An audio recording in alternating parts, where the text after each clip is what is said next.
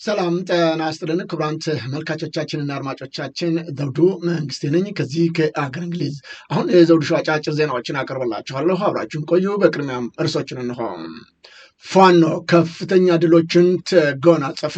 ብልጽግና 25ኛው ክፍለ ጦር መደምሰሱን አመነ። በግድቡ ዙሪያ የድሮን ጥቃትም ተፈጸመ። መንገደኞች ታግተው ተወሰዱ። ሶማሌላንድ የአሜሪካን እርምጃ ደገፈች። ወደ ዝርዝሩ እንሄዳለን፣ አብራችሁን ቆዩ። በቅድሚያም ከፋኖች ዜና እንጀምራለን።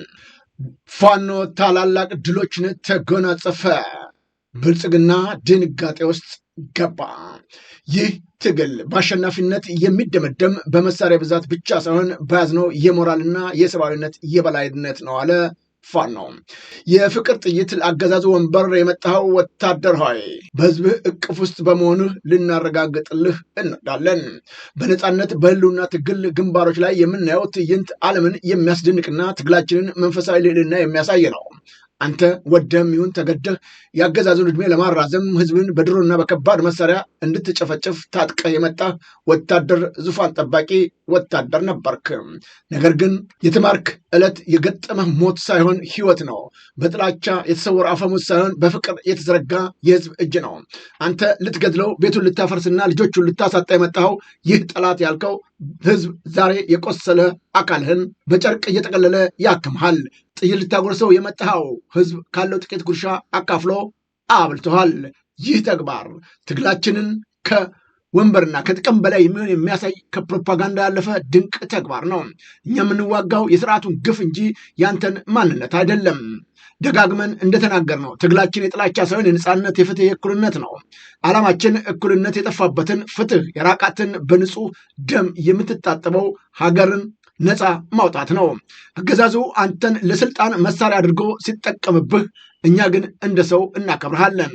አንተን የመግደል ሳይሆን አንተን የተሸበረ የባርነት ሰንሰለትን መበጣሰስ የትግላችን አንዱ አካል ነው። እንደ ወትሮ ሁሉ ዛሬም የምናስተላልፈው መልእክት በየግንባሩ ያላችሁና ለአገዛዙ ጥላቻ ተሰልፋችሁ የምትገኙ ወታደሮች ሆይ አስተውሉ። ጠላታችሁ ማን ነው? ጠላታችሁ የተራባችሁ ዕለት የሚያበላችሁ፣ የተጠማችሁ ዕለት የሚያጠጣችሁ ይህ የዋህ ጀግና ህዝብ ነውን? በገዛ ወገኑ ላይ ድሮን የሚያዘንብ አገዛዙ ወይስ የቆሰለው ምርኮኛ የሚያክብ ህዝብ የትኛው ነው ለሀገር የሚቆረቆረው? ለአገዛዙ ሰራዊት የቀረበውን የህልና ጥያቄ ወታደር ሆይ ይህ ፎቶ በጥልቀት ተመልከተው። የታጠቀው ማን ነው? አንተ የጥፋት መሳሪያ የታጠቅ መጣህ። አርሶ አደሩ ግን የህይወት መሳሪያ የሆነውን እንጀራ ይዞ ቀረበልህ። ጠላትህ ማን ነው? አዛዦችህ ሽፍታና ጽንፈኛ ብለው ሊያስገድሉ የላኩ ህዝብ ዛሬ በረሃብ እንዳታዝን የላብ እህሉን እያቀረበልህ ነው። ለማን ትሞታለህ? አንተ ቆስለ ስትማረክ ጀርባውን የሰጠህ አገዛዝ ወይስ የቆሰለ አካልን አክሞ ያበላህ ህዝብ የትኛው ነው ለክብርህ የሚመጥ ነው?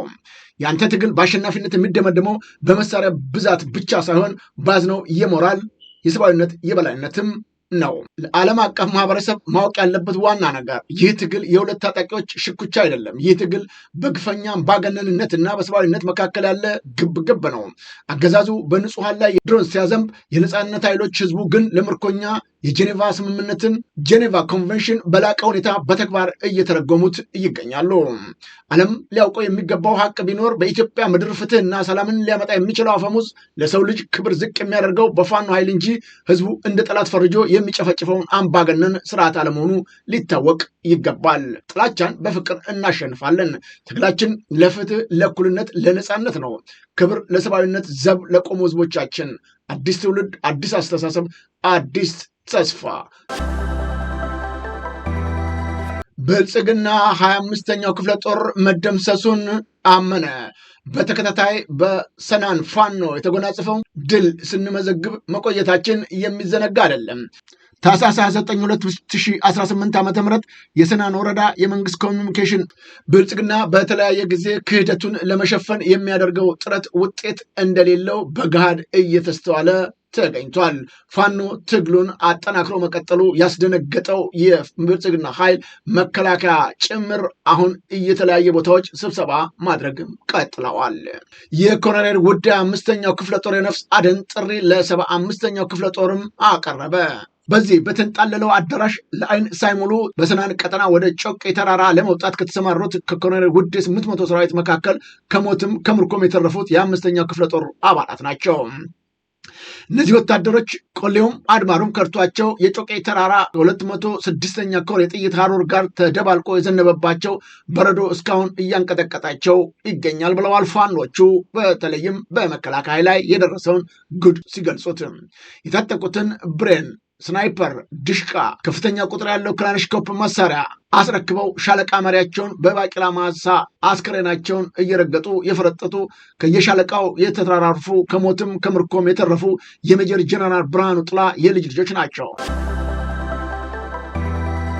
ዘመቻ መሪውና ብሬን ረዳቱ በአገዛዙ ሰራዊት ላይ በመተኮስ 64ኛውን ክፍለ ጦር ተቀላቀሉ።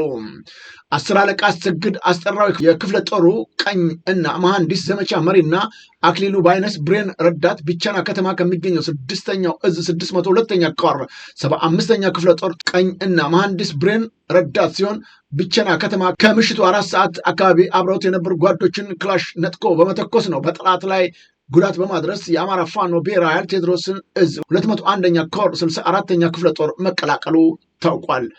ሚሊሻ ደረሰው ዓለም ሸበል በረንታ ወረዳ ሌደን አካባቢ ቀበሌ ተወላጅ ሲሆን በሸበል በረንታ ወረዳ መርገጭ 01 ቀበሌ የሚገኘውን የአገዛዙን ቅጥረኛ ሚሊሻ በአካባቢው ማህበረሰብ ላይ የሚፈጽመውን ዝርፊያ በመቃወም ነው 604ኛ ክፍለ ጦርን የተቀላቀለው። አማራነታቸው ወንጀል ሆኖ በቂሊንጦ ጦር ማረሚያ ቤት ያለፍትህ የሚገኙ ጋዜጠኞችና የሰብአዊ መብት ተሟጋቾች፣ ምሁራኖች፣ የህሊና እስረኞች እንድናስታውሳቸውም የሚል ጥሪ ቀረበ። በማንነታቸው ለአማራው ህዝብና በኢትዮጵያ ስለሚፈጸመው ግፍና በደል በማጋለጣቸው በመናገራቸው ፍትህ ተዛብቶ ወህኒ ይገኛሉ።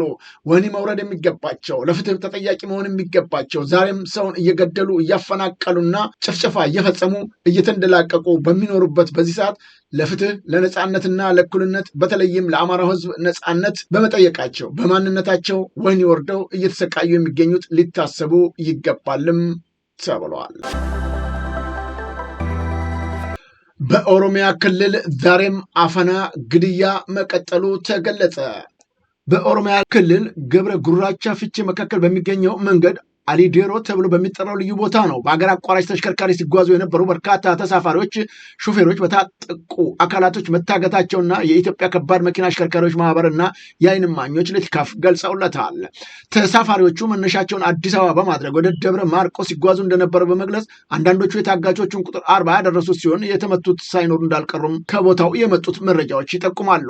አንዳንድ የዓይን እማኞች እንደተናገሩት ከሆነ ኤፍኤም ባስ ኤሊዶሮ ታግቶ መኪናው በጥይት ተመቷል፣ ብዙ መኪናም ቆሞ ነበር ሲሉ ከቦታው የተመለከቱትን ገልጸዋል። ስለ እገታው ዝርዝር ማብራሪያ የጠየቀው የኢትዮጵያ ከባድ መኪና አሽከርካሪዎች ማህበር የደረሱት መረጃዎች ሾፌሮችና አውቶቡሱ የተሳፈሩ ታግተዋል የሚል ነው። የታጠቁ አካላት ተሽከርካሪ ላይ ተኩስ በመክፈት ተሳፋሪ በመምታት የተወሰኑን በማፈን ሌሎችን የከባድ መኪና ሾፌሮችን በማገት ይዘው መሄዳቸውንም መልእክት ደርሶናል ሲሉ ገልጠዋል። በተለይም በአቅራቢያው የነበረ የህግ አስከባሪዎች በቦታው ደርሰው የተኩስ ልውውጥ ቢደረግም ሌላው ላይ ተጨማሪ ጉዳት እንዳይደርሱ ከመከላከል ውጭ የታገቱትን ማስጣል እንዳልተቻለም የሚገልጽ መረጃ እንደደረሳቸው አሳውቀዋል። በዚህ የመንገድ ክፍል ያሉ ጉዞ በአጃቢም ቢሆን አልፎ አልፎ በመሃል እየገቡ የሚያፍኑበት ሂደት ትልቅ ስጋትና ጉዳት እያደረሱ እንደሆነም ገልጠዋል። በተደጋጋሚ ጊዜያቶች በዚሁ በኦሮሚያ ክልል እየተፈጸመ ያለው አፈናና ግድያ በጣም አሳዛኝ ነው። የክልሉ መንግስትም ሆነ የፌዴራል መንግስቱ በዚህ ጉዳይ ላይ ምላሽ ከመስጠት እና መፍትሄ ከመፈለግ ይልቅ በዝምታ ማስተዋላቸው እውን ሀገሪቱ መሪና የህግ አስጠባቂ አካል አላትን የሚያሰኝ እንደሆነም ተገልጿል። ጠቅላይ ሚኒስትሩ ዛሬም ለገና በዓል የበዓል ስጦታ አበረከቱ። እጅግ በሚያሳዝን ሁኔታ ሀገሪቱ አጣብቂኝ ችግር ውስጥ በገባችበት ከፍተኛ ቁጥር ረሃብ በበዛበት ሀገር ውስጥ ጠቅላይ ሚኒስትሩ ለፎቶና ለታይታይ የሚያደርጓቸው ነገሮች ዛሬም ገራሚ ጉዳዮች ተብለዋል። ዛሬም የጠቅላይ ሚኒስትሩን የታይታና የፎቶ ሰው አስብሏቸዋል። አመራርነትም በፖሊስና በተቋማት ብቻ ሳይሆን በሰብአዊነት ግንኙነትም ጭምር ይከናወናል እያሉት ጠቅላይ ሚኒስትሩ ዛሬም በመላው ሀገራችን ቤተሰቦቻችን የገናን በዓል ለማክበር በሚሰናዱበት ዕለት ጠቅላይ ሚኒስትር አብይ አህመድ ከሚኒስትሮች ምክር ቤት አባላት ጋር በመሆን ነው በጠቅላይ ሚኒስትር ጽሕፈት ቤት ከሚገኙ ሰራተኞች መሃል ተገኝተዋል ሲል የገለጠው የብልጽግናው መገናኛ አውታር። ጠቅላይ ሚኒስትሩ ሁልጊዜም በበዓላት ጊዜ እንደሚያደርጉት አነስተኛ ገቢ ላላቸው ሰራተኞች እና የጠቅላይ ሚኒስትር ጽህፈት ቤት ለሚደግፋቸውና ለሚያሳድጋቸው ህጻናቶች ለበዓል ስጦታ ሰጥተዋል ሲል ገልጧል። ማዕድም ማጋራታቸውን ነው የገለጸው። ይህንም በየዕለቱ አስተዋጽኦአቸው ጎልቶ ባይነገርም ለሀገር የሚያገለግሉ ሰራተኞች እውቅና የሰጠ ወላጆችን ያጡ ህፃናትን በማህበረሰብ ስፍራ እንዳላቸው የሚያሳይ ፍቅር ያካፈለ ተግባር ነው ሲል ነው የብልጽግናው ሚዲያ የዘገበው። ይሁን እንጂ ዛሬ በሺዎች አይደለም በሚሊዮኖች የሚቆጠሩ ወገኖቻችን በረሃብ አለንጋ እየተቀጡ ባለበት በዚህ ሰዓት ዞር ብሎ ያላየ ጠቅላይ ሚኒስትር አሁን እንዲህ ያደረገ ብሎ መዘገቡ አሳፋሪና አሳዛኝም ነው ተብሏል። አሁን ወደ ውጭ ዜናዎች እናመራለን። ሱዳን የሱዳን ጦር ከፈጥኖ ደራሽ ኃይሉ በትልቅ ግድብ ላይ የተቃጣ የድሮን ጥቃት መከሰቱን ተገለጸ።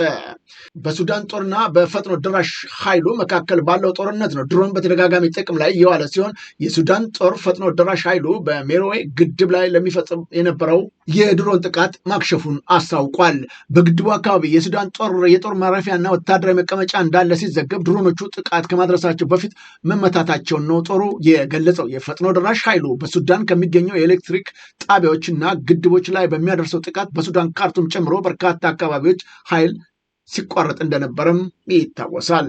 የሜሮን ግድብ ከዋና ከተማው ካርቱም ከ350 ኪሎ ሜትር ርቀት ላይ የሚገኘው በአባይ ወንዝ ላይ የተገነባና 1250 ሜጋዋት ኃይል ማመንጨት አቅም ያለው እንደሆነም ነው የቲአርቲ ዘገባ ያስረዳው። ሶማሌላንድ የሶማሌላንድ አሜሪካን ከቬንዙዌላ የወሰደችውን እርምጃ ደገፈች። ከሶማሌ ተነጥላ ነፃ አገርነቷን ያወጀችው ሶማሌላንድ አሜሪካ ከቬንዙዌላ ላይ የወሰደችውን ወታደራዊ እርምጃ ነው የደገፈችው። የውጭ ጉዳይ መስሪያ ቤቱ ባወጣው መግለጫ የአሜሪካንን እርምጃ በደቡብ አሜሪካዊቷ ሀገር ውስጥ ዲሞክራሲ አስተዳደርና የህግ የበላይነት ለመመለስ የሚደረገውን ዓለም አቀፋዊ ጥረት አካል አድርጋም አቅርበዋለች። የሶማሌላንድ ሪፐብሊክ መንግስት አሜሪካ በቬንዙዌላ ህገ መንግስታዊ ስርዓት ዲሞክራሲያዊና ውክልና እና የህግ የበላይነት ወደ ቦታቸው እንዲመለሱ የምትወስደውን የተመጣጠነ እርምጃን በመርህ ላይ በመመስረት ትደግፋለች ብሏል የውጭ ጉዳይ ሚኒስትሩ መግለጫ። ሶማሌላንድ በአንድ ሳምንት በፊት የመጀመሪያዋ ይፋዊ የሀገርነት እውቅና ከእስራኤል ካገኘች በኋላ ነው የትራምፕን አስተዳደር እውቅና እንደሚሰጣት በተስፋ እየጠበቀች የምትገኘው።